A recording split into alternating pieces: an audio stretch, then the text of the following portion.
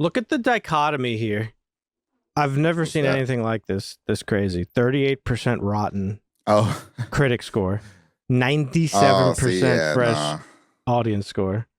I don't know what this movie's about. I don't really like biopics, especially musical biopics, because they usually dramatize a lot of horse shit that I don't care about. I can't imagine why there'd be such a discrepancy. That's got to be one of the bigger differences between scores. Yeah, this is one of the biggest discrepancies I've ever seen. 59%. It's crazy. Well, the box office seems to be doing decent right now. Michael opening as the second biggest movie of the year behind Mario and Gang. Mario had started 131 million domestic opening. Michael hit a respectable 97 million, grabbing 217 million globally, making it the biggest music biopic of all time. I understand the picture now.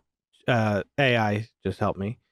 Critics are primarily negative about the movie Michael because they view it as a sanitized, estate-sanctioned whitewash that avoids the controversial child sexual abuse allegations of Michael Jackson's later life.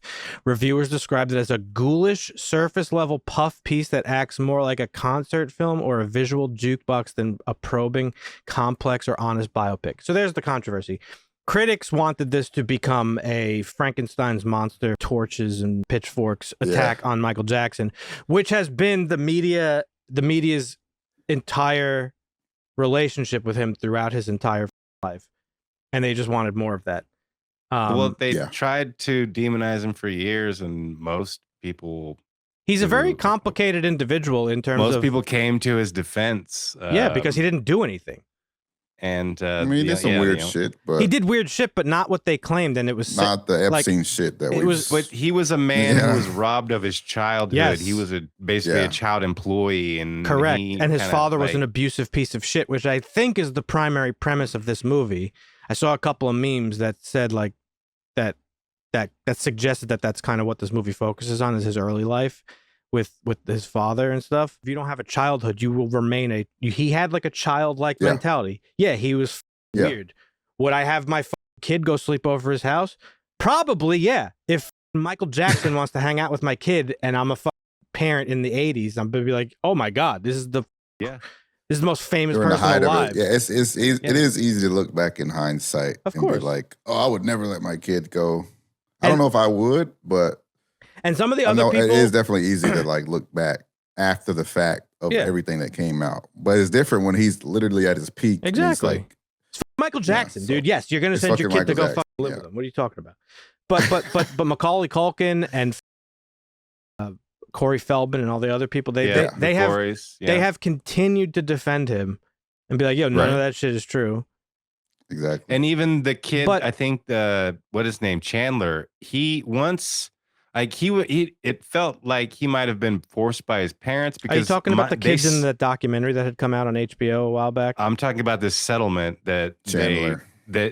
So Michael Jackson's he said, okay, well, I will just pay you. Here's $25 million. He gave $25 million to the parents, and then they tried to continue to bust this wide open and saying, see, he's guilty. We gotta. As soon as he made the payment, the kid just stopped cooperating with the prosecutors. It's like, you guys, I didn't know that this was basically, I didn't know this is what you guys were doing. This is bullshit. Like this, hell no. So it seems like they got railroaded by the kid himself. He stopped cooperating as soon as Michael Jackson was like, hey, listen, I don't want any trouble here. Nothing's going on. Here's some money. Go away, please. Right. And so then it just kind of went away. Well, it's crazy. Anywho. This article is titled Leaving Neverland, the guy that did the hit piece in 2019. Leaving Neverland director claims Michael Jackson was worse than Jeffrey Epstein. Leaving Neverland was the documentary that I just mentioned, right? The hit piece. Yeah. Which I watched. That thing was crazy. Yeah. Mm-hmm. There were scenes that had to be cut from the film that involved the child sex allegations. The reasoning was tied to a clause in the settlement between Jackson and the family of Jordan Chandler. Stated the Chandlers can never be mentioned or dramatized in a movie. So that's why. Yeah. Apparently legal missed that and didn't know. And so after they figured it out, they had to go back to Anton Fuqua and producer Graham King. Those guys were paid an additional $15 to $10 million respectively because they had to go back and edit it. Dan, this is crazy. Pull this up. I got and look you. at it's like the opposite difference in You know how we just looked at the reviews? Yeah, of, 98%. Yeah, here we go. Leaving Neverland. Like what? That's like the hit no piece collusion. documentary. No, nothing. Like what is that? So this raises a interesting question, right? Why did the press go after him so much? I mean, you could say because he was, you know, he's a black guy and like racism and stuff like that. I think it's probably deeper than that, really, because he owned.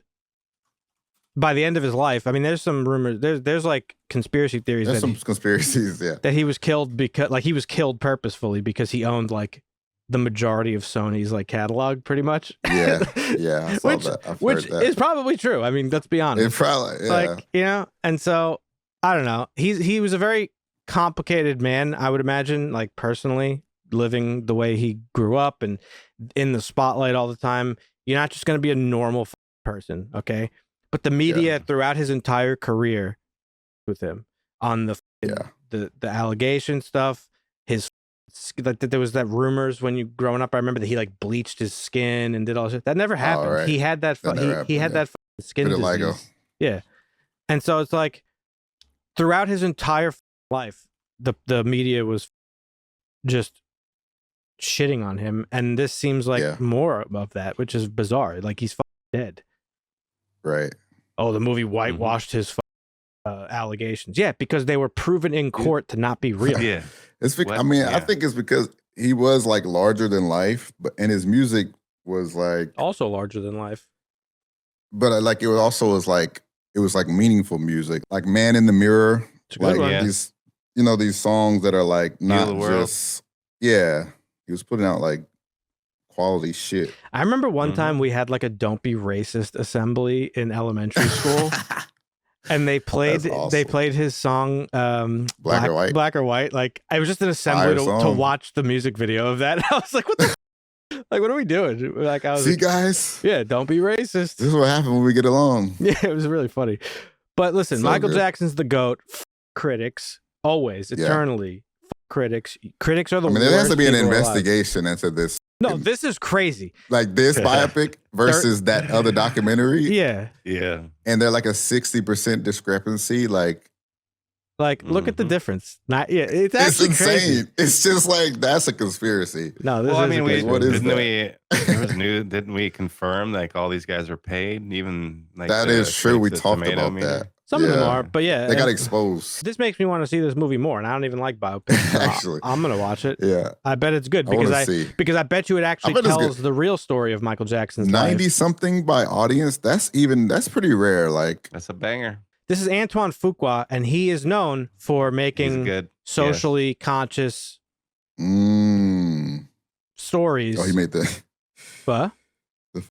Emancipation. The one where Will Smith was a slave. I don't know why I was laughing because they just made him like look dark skinned on the. Well, it's poster. Funny that they're still making slave movies in 2026. We should move on from that, but that's a different story. Agreed. So I could see him wanting to tell an actual story that like shows Michael Jackson's life, the actual tragedy of his life and how he was brought up and abused and all this stuff. And I would imagine that his family, like his sisters and stuff, had a large part in this movie. His nephew is playing him. So this probably is a close to home telling of his life.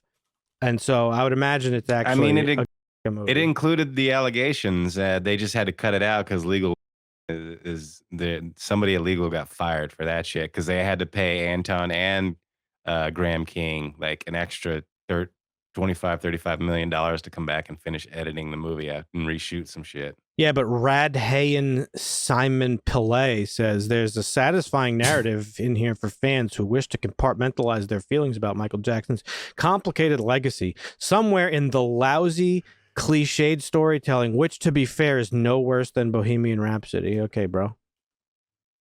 Oh, I can't wait to watch this. We're going to put this on the podcast list for sure. I'm okay with that. I'm glad this movie's doing well. The critics, 97 million debut. Let's go.